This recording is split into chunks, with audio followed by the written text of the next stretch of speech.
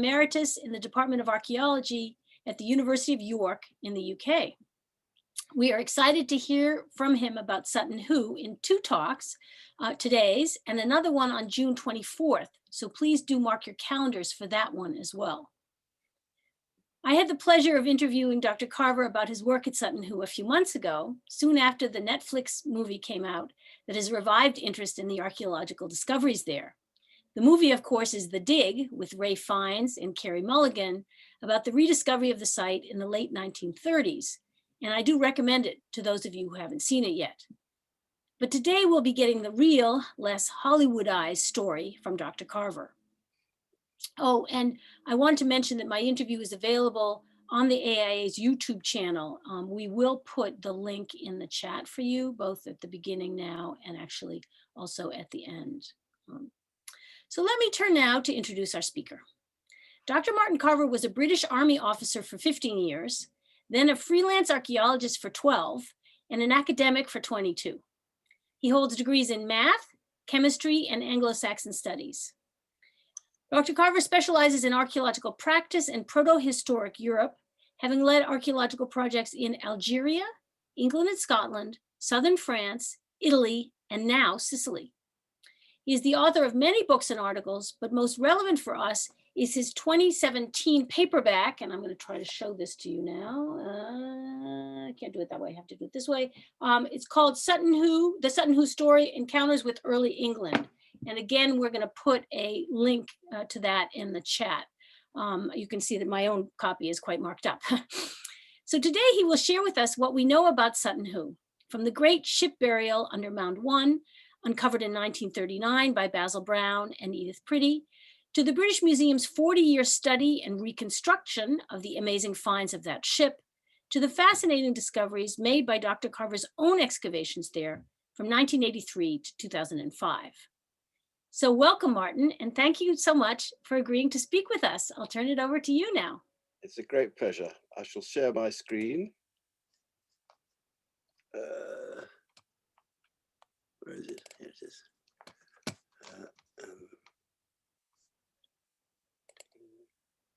How's that? Good. Everyone can see it. Yes. Well, thank you very much. Thank you so much, Letitia, for this invitation. It's a thrilling opportunity to be able to address so many people and to tell you all about Sutton Hoo. I'm going to first of all take you there, and we're going to explore it together, and I'm going to tell you what we know so far in this first talk. Second talk, we'll start talking about the interpretations and the different ones that have been made. So the map you see in front of you is the North Sea, and around it, the hypothetical kingdoms that are forming in the 7th century. So this is quite a pivotal time for the history of Europe, because these are all places which eventually coalesce into the countries that we have now. Sutton Hoo is in the bottom right-hand corner of the island of Britain, as you can see. And now we're going to go to the site itself. So we're looking out across southeast Suffolk. That river is the River Deben, and the pale blue line in the background is the North Sea. So a little group of mounds that you see in the foreground, very modest compared with, let's say, Cahokia, for example. Extremely modest, but nevertheless interesting in their own way. The reason that they're so low is because they've been ploughed and flattened. And also you can see in this picture two things looking like zip fasteners. And these were the anti-glider ditches that were dug as part of the defense mechanism of this piece of land in on the eve of World War II. I think to remember is that the first excavations at Sutton Hoo were not Basil Brown's, they were earlier than that. And there were two big campaigns, one in around 1600, where the aim was to extract as much loot as possible, and they drilled holes down through the top of the mound and made a sort of oval pit where the burial chamber was. The second one is in 1860, they cut trenches slicing through the mounds from at ground level from one side to the other. So here's one of their excavations re-excavated by us, and you can see there's this the oval pit at the bottom, made in about 1600. And then this is the line of the trench at the top, labeled 1860. That's the trench. And you can probably see in the middle of the picture some steps coming down. Those are the steps made by the antiquaries in 1860. So everybody digs for different reasons. The 1600 diggers maybe after some treasure. 1860s were more curious. Whatever, it means that the mounds of Sutton Hoo have nearly all been excavated before, which has really doubled our difficulties in understanding them. This little diagram on the right here says, if it's a circle, it means it's had a 1600 hole dug in it. If it's a black line, that's the 1860 trenches.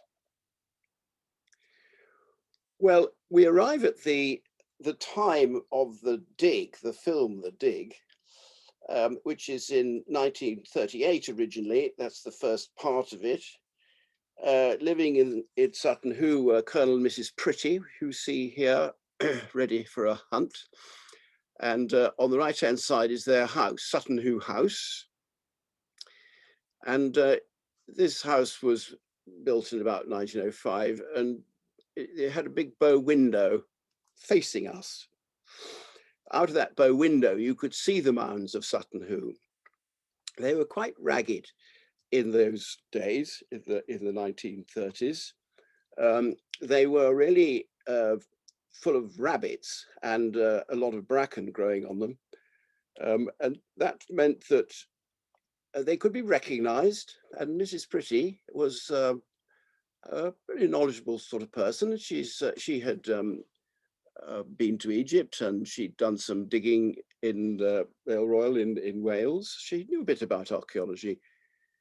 When the colonel died, she was on her own in the house, and she became, I think, quite interested in the occult. And she was said to have looked at the mounds partly as an archaeologist and partly as someone who wanted to make sense of existence. So she got Basil Brown, a local enthusiast and self-trained archaeologist, and also he trained himself in astronomy incidentally. He's a really interesting man, very adventurous intellectually. He was employed by Ipswich Museum from time to time to do excavations when they were needed. He was given a small wage and invited to excavate mounds 2, 3, and 4, to 3 of the mounds, the lower mounds there, and which he did. And he kept his notes in a rather fine antiquarian notebook, which you see in the top right-hand corner here with one of his watercolors.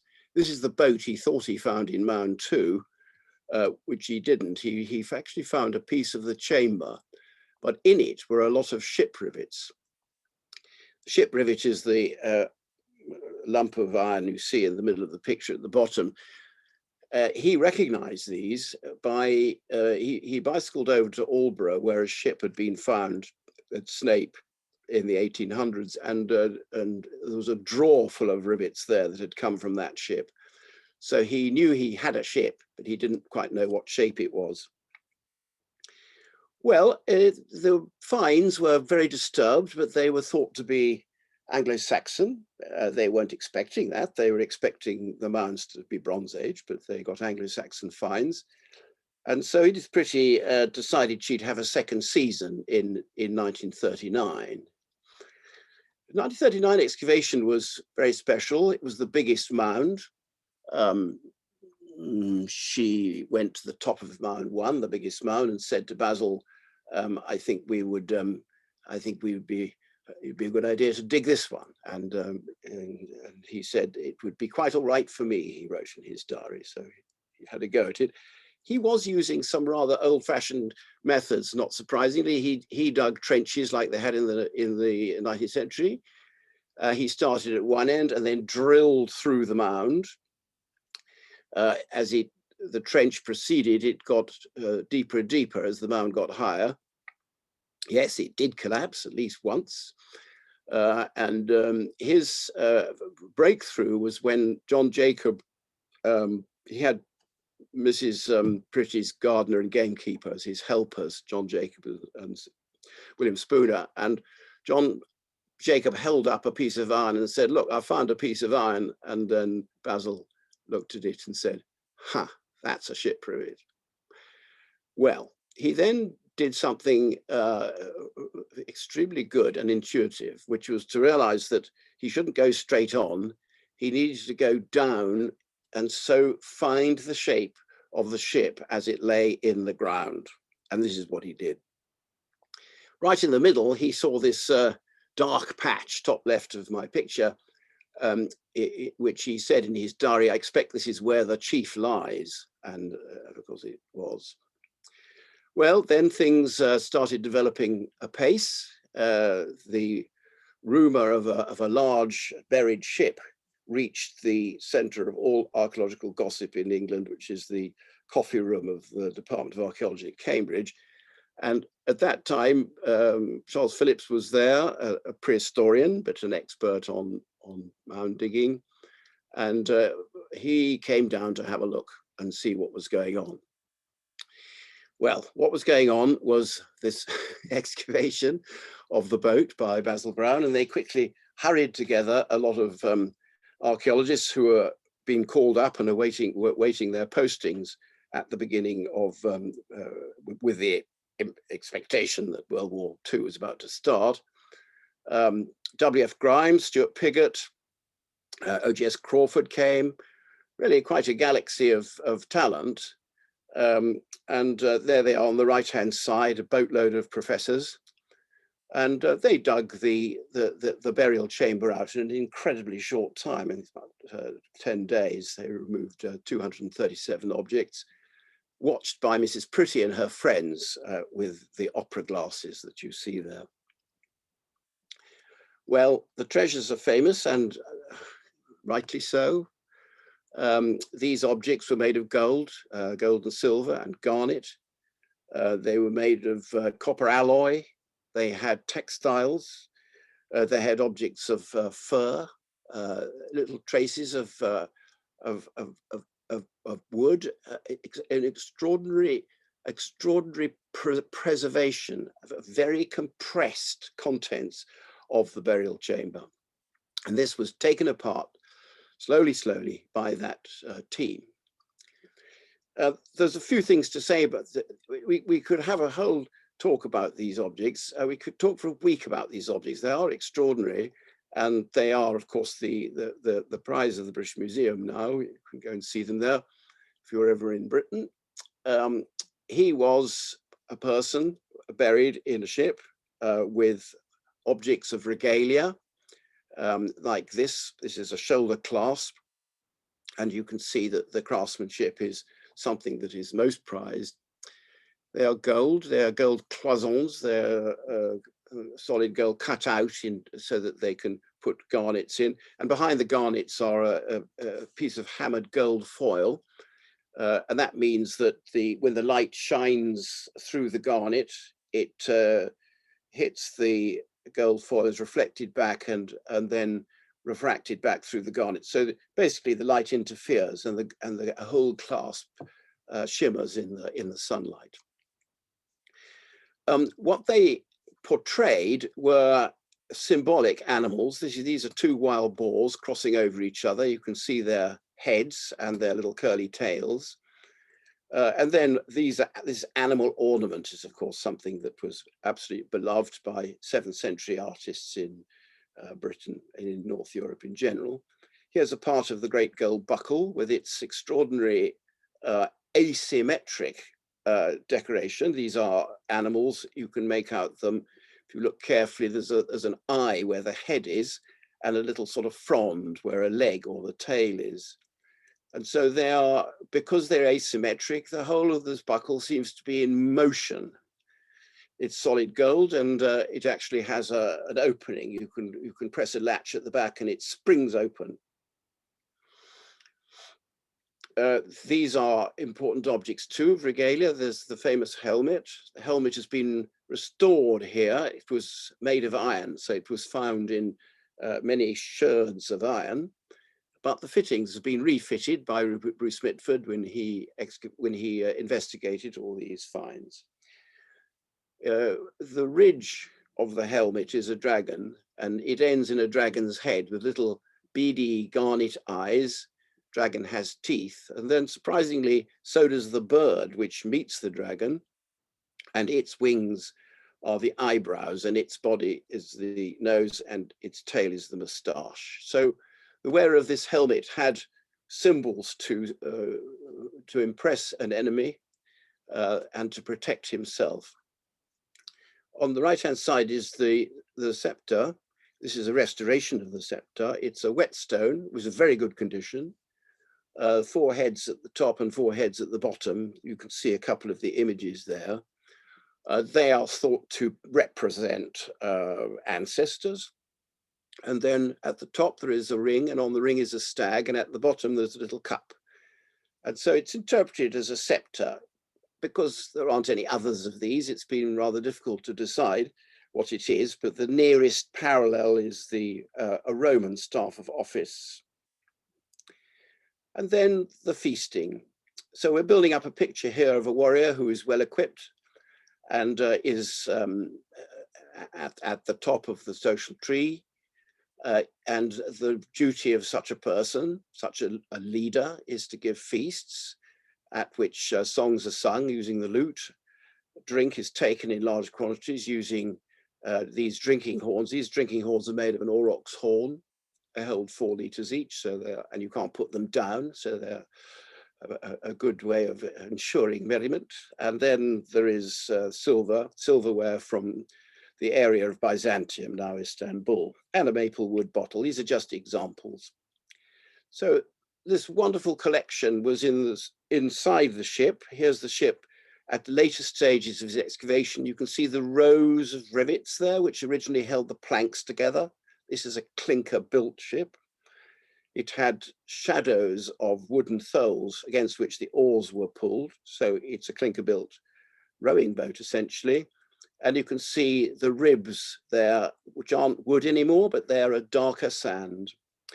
So excavating at Sutton Hoo is really the art of telling one sort of sand from another sort of sand and then retrieving the shape that was originally there. Only the iron really survives, and actually there's not a lot of iron in it. They are corrosion products. Well, to fast forward a little bit to 1983, in 1983, the third of 3 enormous volumes was published by Rupert Bruce Mitford on the Mound 1 ship burial.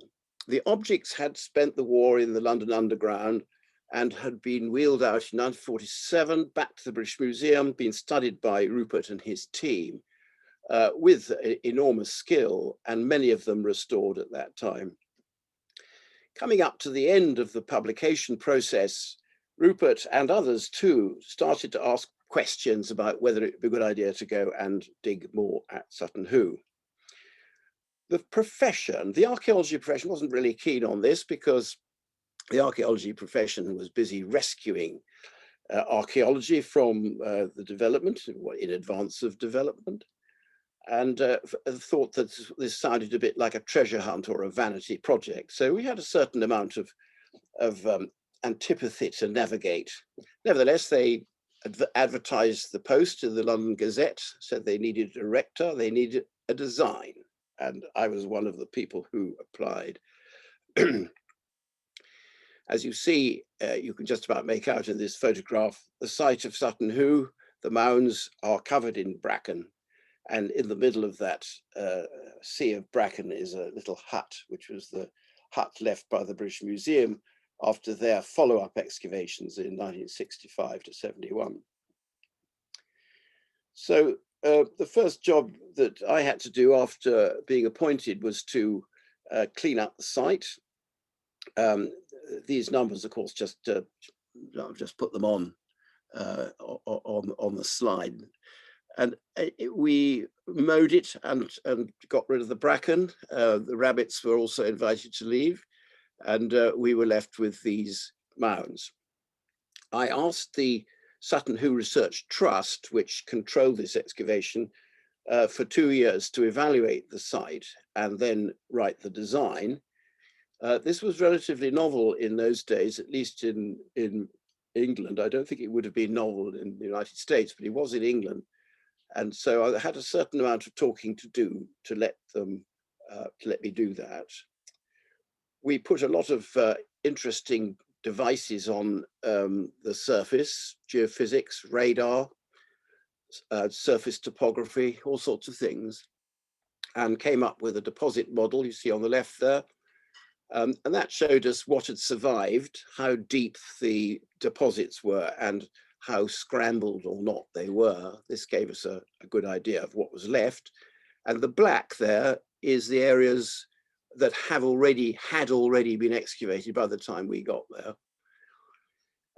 And then I proposed in my design a cruciform transect, you see there. And the rationale for this was that we knew it was a cemetery. We didn't completely know where its edges were, but we were trying to find out by trenching, doing long transects. But the idea was not to find more treasure. It was really to find a story. And if the story was going to have any sort of motion to it, we had to know where the beginning and the end of burial was. And to do that, the best thing seemed to be to have a cruciform transect so that whatever direction the cemetery was developing in, we would be able to catch it. So that was about a hectare of excavation that was proposed, really quite a lot. However, not everything in that transect was dug. The main thing was we wanted to check what was happening between the mounds as well as inside them. There was also a side to this project, which was, I put context here, and that was just to show that in addition to the excavation, we had a survey of the Deben Valley, we had an East Anglia survey, and particularly we had very interested friends in Scandinavia, especially in Germany, in France, and indeed in the United States, people who were interested in the outcome and were very supportive. Underneath the burial mounds was a prehistoric site of great importance. It started in the early Bronze Age, went to the later Bronze Age, Iron Age, and some Roman. The Beaker period was perhaps the most important. It was, they built a lot of ditches. They were interested in different kinds of farming. It was a 2,000-year-old story of its own. And unfortunately, we haven't got much time to look into it, but I do recommend it to you if you're a prehistorian. Early prehistoric Sutton Hoo is not much talked about, but it's pretty interesting. So between the mounds, we started looking at the palimpsest of features cutting each other. And here's a picture of how it was done, just lots of troweling, spraying. You can see the spray in the background, and that brought out the colors. And the colors told us what we were looking at. Early Bronze Age, Iron Age, 7th century quarry pit, 7th century robber pit in a mound, and a 19th century pilot trench from excavators. Practically every mound had this little vignette attached to it, practically every one. So we had to work these things out before deciding what was the mound originally looked like and what its original contents were. So this new project started in 1983 and ended with publication in 2005. And its principal reward was to show that at Sutton Hoo, in addition to the prehistoric sequence, there were 3 cemeteries of the early medieval period. One of the 6th century, I've called it a family cemetery. That's around Tranmere House, Sutton Hoo House. Tranmere House is now. The second was the princely burial ground in the Cruciform Transect. That's where the mounds were that we dug. And the third were execution sites of the 8th to the 11th century. There were two of those, one round Mound 5 and one in the outskirts of the Royal Burial Ground. So I'm going to take you on a site tour now, and we're going to try and see things in the order that I believe they were constructed in the 7th century. So the family cemetery right at the top there, and then we'll visit the cremations in bronze bowls, and then a horse and rider grave, then a ship that was placed over a burial chamber, and then a ship which had the burial chamber in it, then a bed burial, which is of great importance. It's the only woman buried in the extravagant way, and then the two execution sites there. So I call this just as a story in 7 acts to give you a feeling that we are heading somewhere. Eventually, we'll reach the end of this story and start wondering what it means. So this is the first of this is the family cemetery. This was excavated as a rescue excavation before we built the visitor centre at Sutton Hoo. And the points to note is that it had cremations and inhumations, and it based itself on prehistoric mounds, and it built mounds of its own.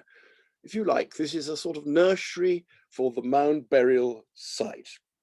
And for that reason, I think it was probably the same family that had settled by the banks of the Deben who had the opportunity to become aristocrats and build themselves a mound cemetery of some grandeur.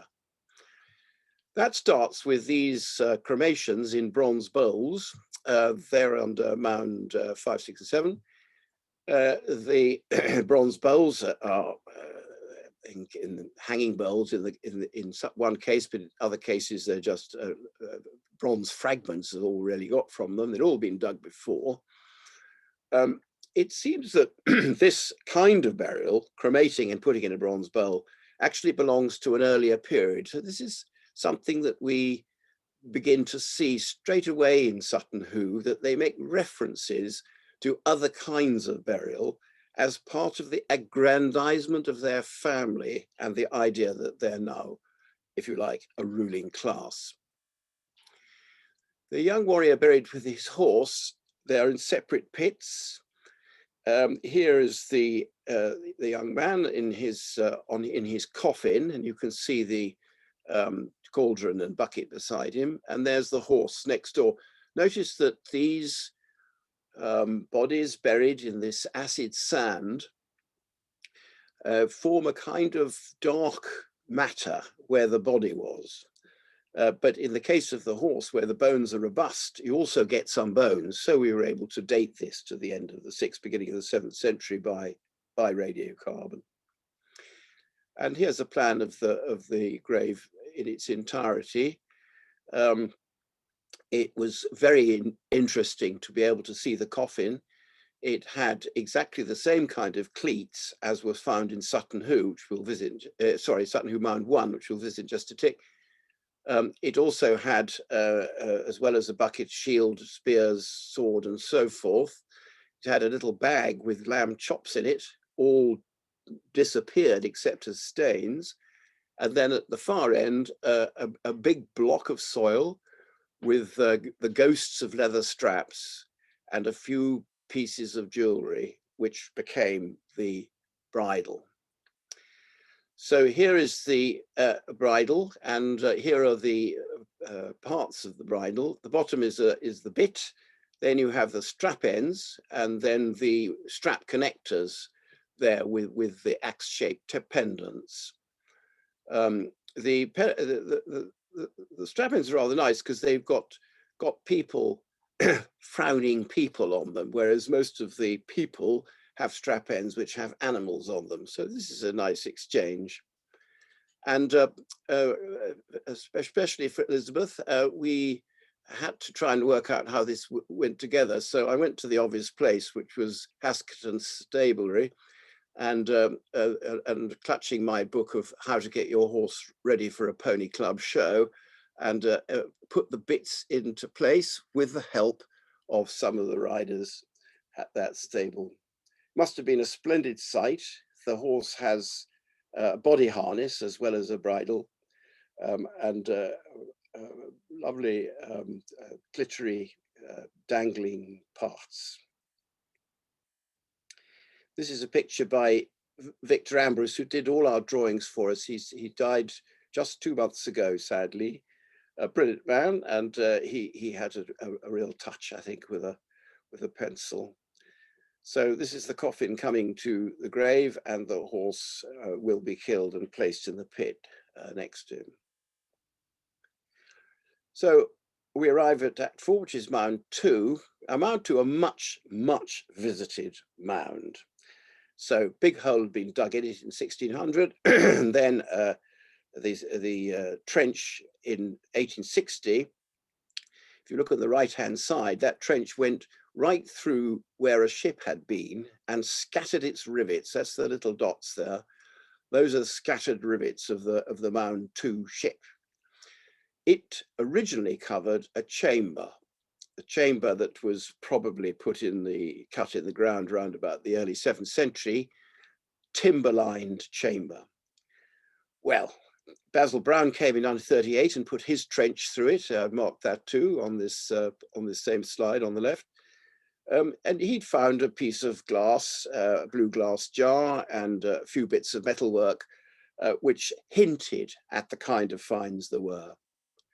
We really just had a blank burial chamber, so we tried to make sense of that by doing a chemical mapping of the base.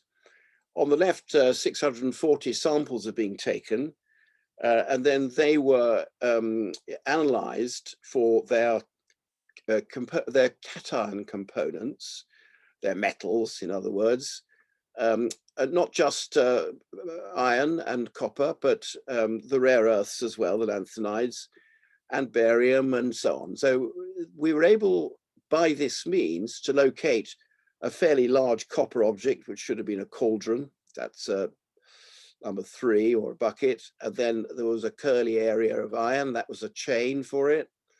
There was the signs of a bronze ring, bronze fragment, had been a shield. Bits were recognizable. And then in the map on the bottom left, bottom right there with the hatching, that's where the body matter was. So that's where the concentration of things like calcium and barium was. So I agree, it's not as good as finding a Mound 1, but you can see there that there is enough to say there was a high-ranking burial here, there were drinking horns, there was a cauldron, there were some knives, there was certainly a sword, there was a shield, and on top of it was a ship, a very unusual burial. Here they are, pulling the ship over the top of the grave in Victor Ambrose's reconstruction. So we arrive at Mound 1 on its day of burial. The ship is being surrounded by people. We think that the burial chamber was quite a robust chamber built of timber, and with the roof left open so that people could wander around and have a look and see what was there. Well, what was there, of course, were some of the treasures that we've had a chance to glance at. And you can imagine that when this group of ghostly figures were wandering round there with their children, they were looking at the finds, and the children were saying, "What's that? What's that? What's that?" And they would say, "That is the helmet," but not just that is the helmet, but that is the helmet which was worn by the king at such and such an occasion. Those were the cauldrons which he used to serve his feast. In other words, the composition of this whole burial is itself a kind of obsequies, a kind of eulogy of the person, and a memory. It's a kind of material history, if you like, of that person. And the people who were there at the time remember that. And when it's in the ground, they go on remembering it because they can go on seeing the mound. The actual burial chamber here has been, we had another go at this, we redrew it all. You can see it's really cunningly laid out. There's feasting one end and regalia the other end. There was a coffin. You can see the coffin clamps are marked there. And inside the coffin was a great pile of clothing and a pillow and shoes and knives and a shaving set and all that. And then inside, on top of the coffin was great silver dish and drinking horns, maplewood bottles, the helmet, the baldric with all this beautiful gold work, and the sword and the shoulder clasp. They were on top of a coffin. In fact, they were on top of a coat of yellow, sort of yellow wool, which was interpreted by Elizabeth Crowfoot, who did a brilliant job on the textiles in the Sutton Hoo chamber. Fantastic, 42 different kinds of textiles, including carpets and hangings and so on. I mean, what a wonderful sight it must have been for those, unforgettable for people on that day.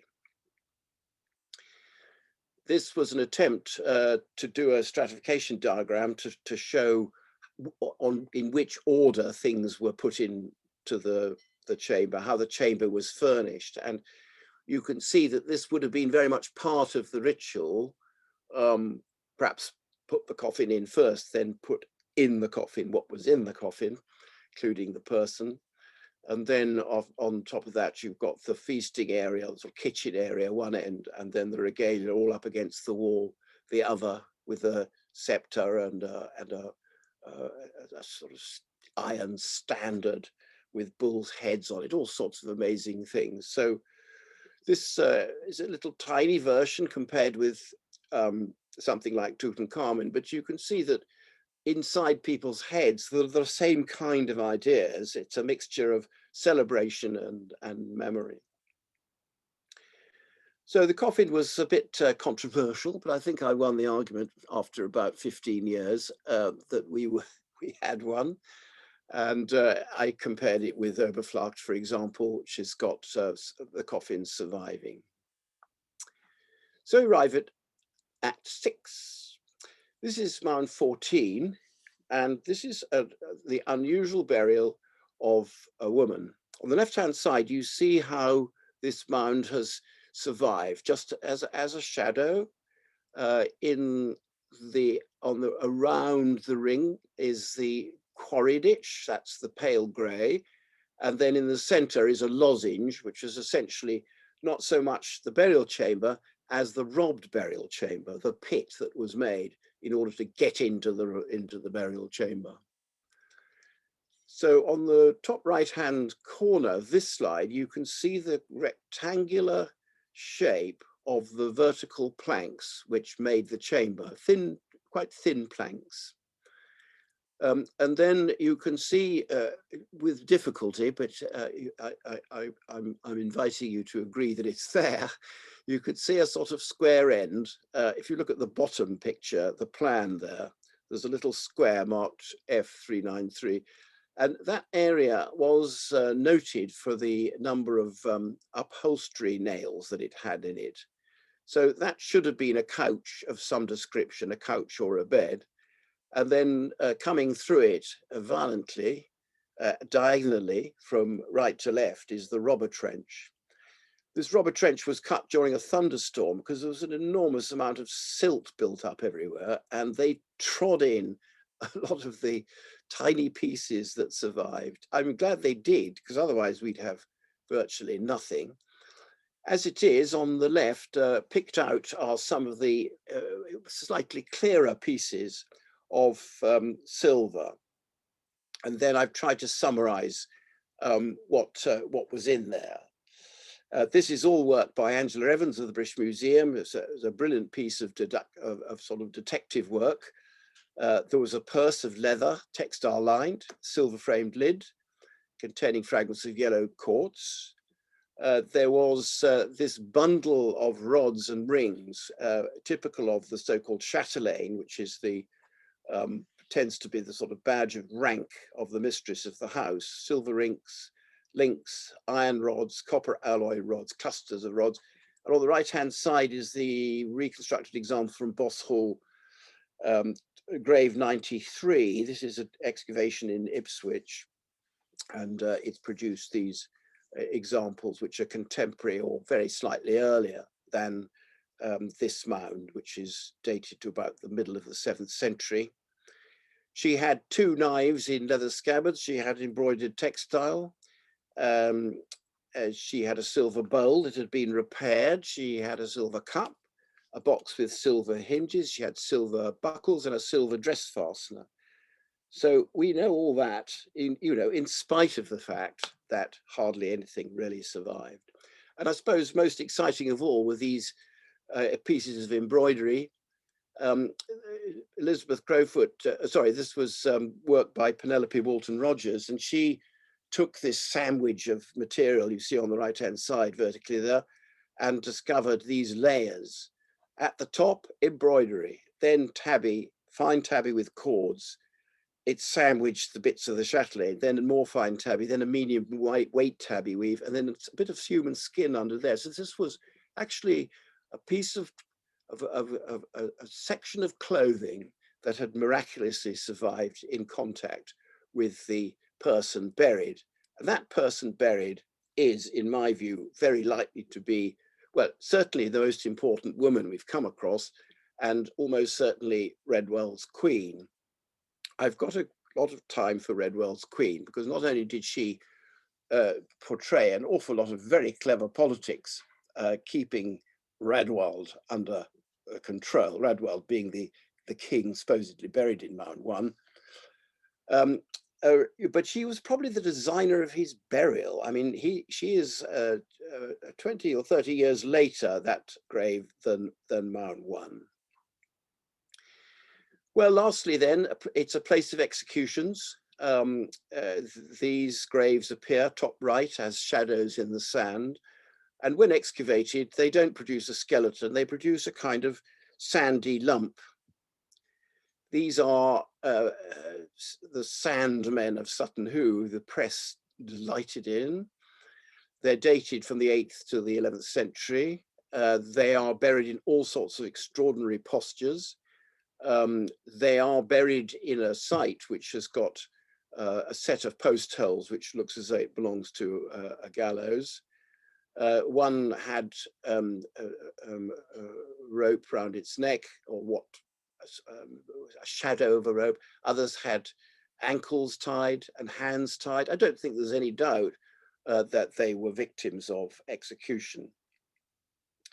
So making sense of all this is not so easy, but it's something we were still trying to do. And I'd very much like to talk a little bit about that next time. But just as a sort of connection to history, from the earliest days of the excavations in 1939, historians were making links with this site and what we had of the history. Well, we had precious little, but we did have a dynasty of early East Anglian kings. Waffa died in 578. Wacha was murdered in 578. Tutla died in 599. Ailey died 610. Regan was Redwell's son, died 617. So he died before Redwell died. So Redwell would have been responsible for his burial, or Redwell's queen. So just for a bit of fun, really, I just put people in the mounds. It's what visitors always ask, who is buried where? And archaeologists usually sort of shuffle their feet and say, we don't know, we don't know, we can't know, we won't know, and we're not going to know. But I think it's quite interesting to see that the way that this is laid out. 5, 6, and 7 are obviously the primary row, and so they would have the earliest people if we are entitled to make these equations. Then Mound 2, Redwell's son, and then Mound 1, Redwell himself. So it's not impossible. I think we can say that at least. Other kinds of interpretation, of course, are legion. And one of them is the state formation idea, which we've been quite late to grasp in Britain, but I think it works quite well in the 6th, 7th, 8th century in England. And the cemetery elements that we've looked at, the family cemetery, the cremations, the boat burials, and finally the gallows, they seem to mark important stages in the development of early England, from being a series of family settlements to being pagan gatherings around new pieces of territory. That territory becomes much more palpable in the early 7th century, Northumbria, Mercia, Wessex, and so forth. And then finally, the arrival of the Christian kings, who I think probably they were very concerned about dissidents. It was a big change for everybody to go from a leader with a basic identity in Scandinavia to a leader who was in a close association with Europe and Rome. So I suspect these measures were understandable. We've still got lots of interesting questions to explore. So how did a small but wealthy society establish a kingdom at all? And what were its relations with the rest of Britain, with Christianity, with Europe? What did the mound signify? And the ship? Why that? Why there? Why then? Well, we hopefully we can explore this together next time. Thank you. Thank you very much, Martin. And we have quite a number of questions from our audience. Actually, let me start with the latest one from Margaret Johnson. She wanted to know if all the executions were male. They were mostly young men.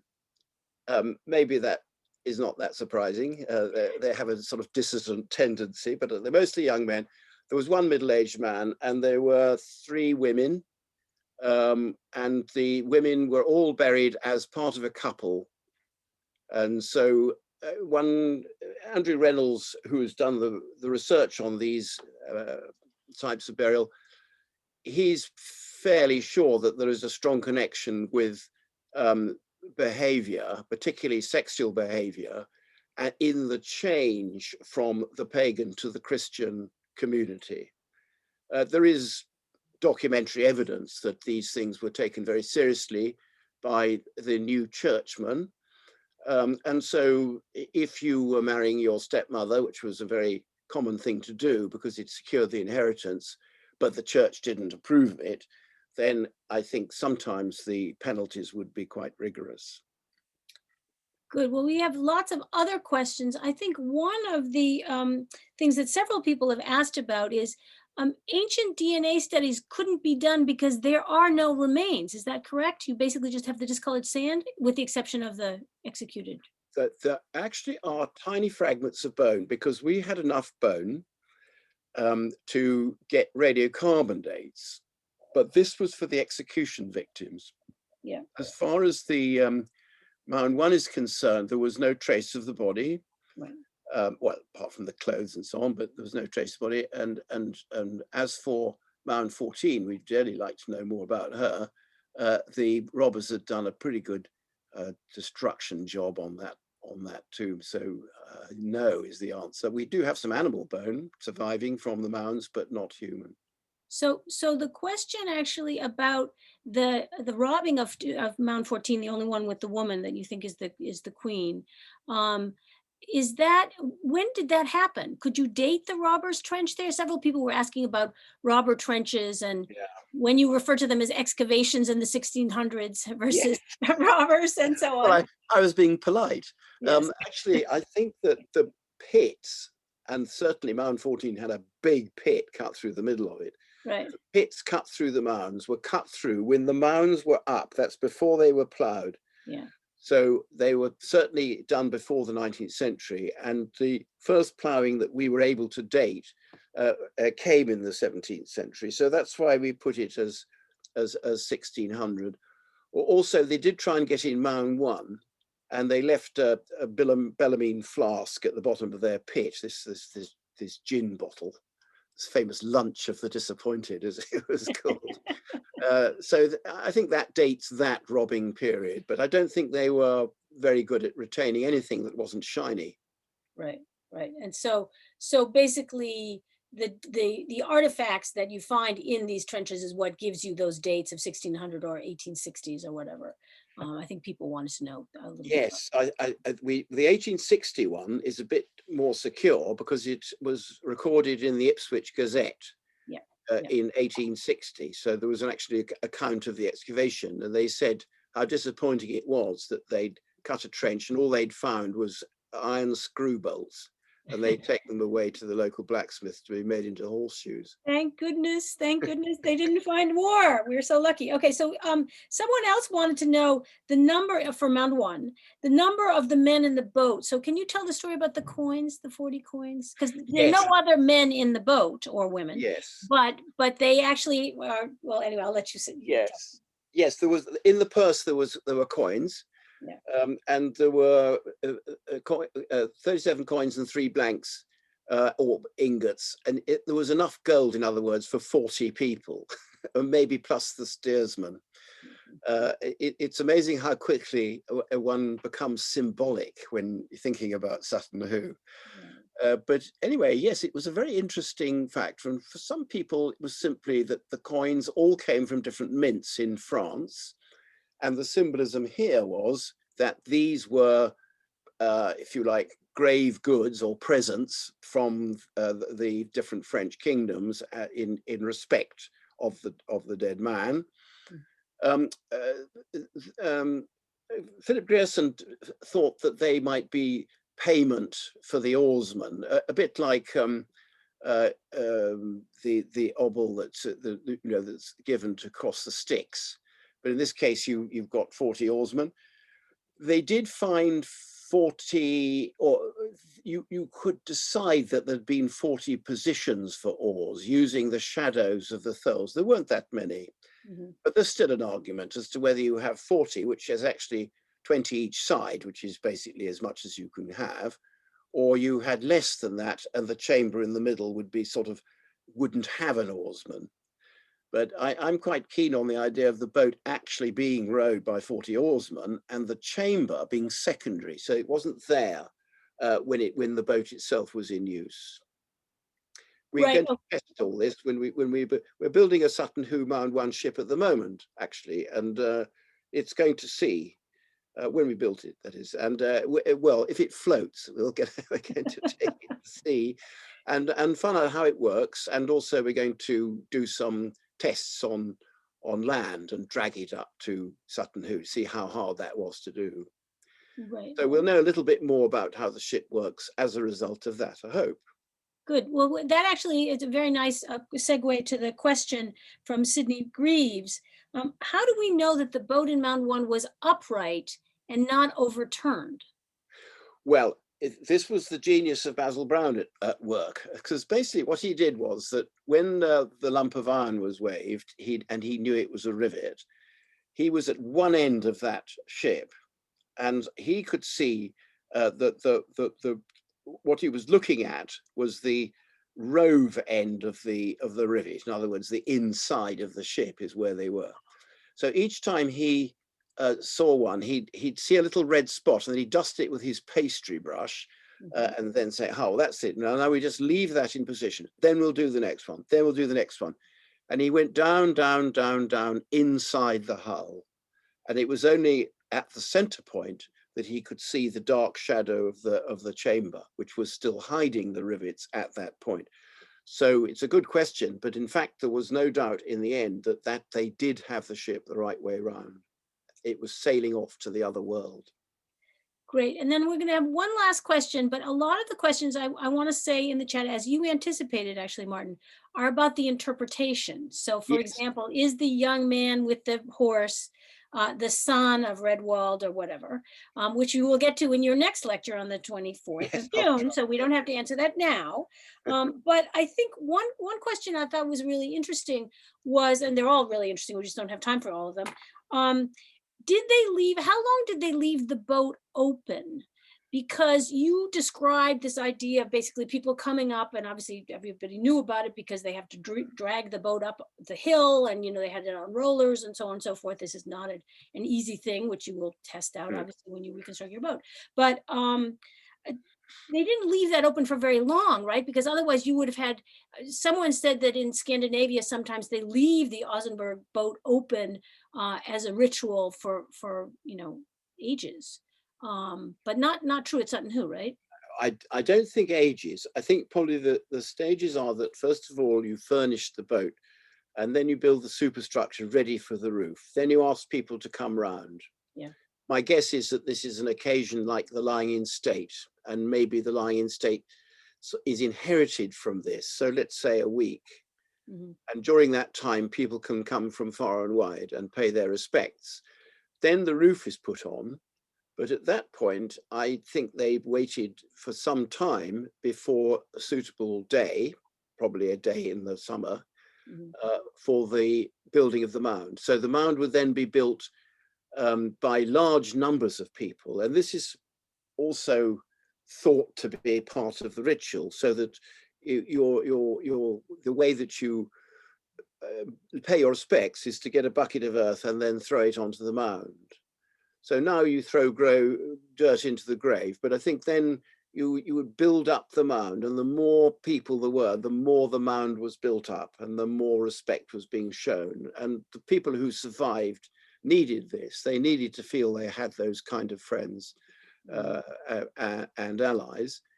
Then on top of that, for Mound 2 anyway, we saw that they put turf on, which had been first stripped off, stacked, and then would put back on the top.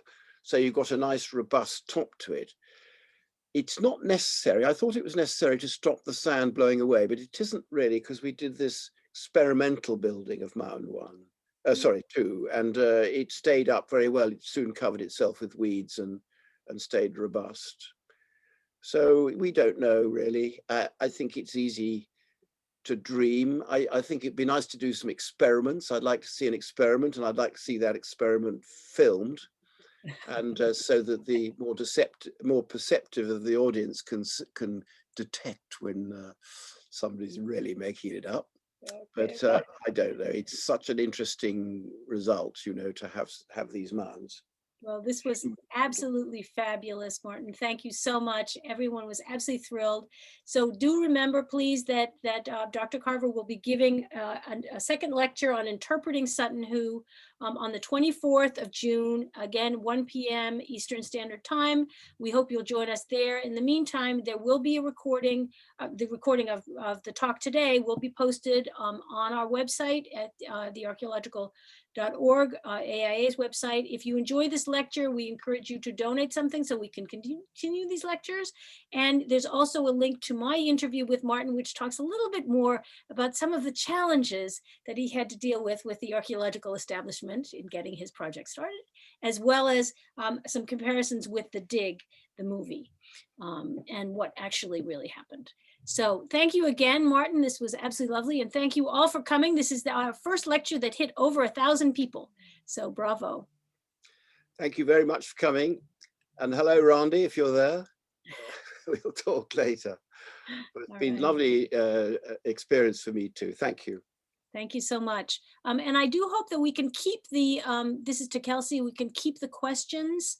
And also because there's some greetings in the chat, because there's some greetings for Martin that I think he'd like to see. So we'll send those to you later. All right. Thank you so much. Take care, everyone. Bye. Bye-bye.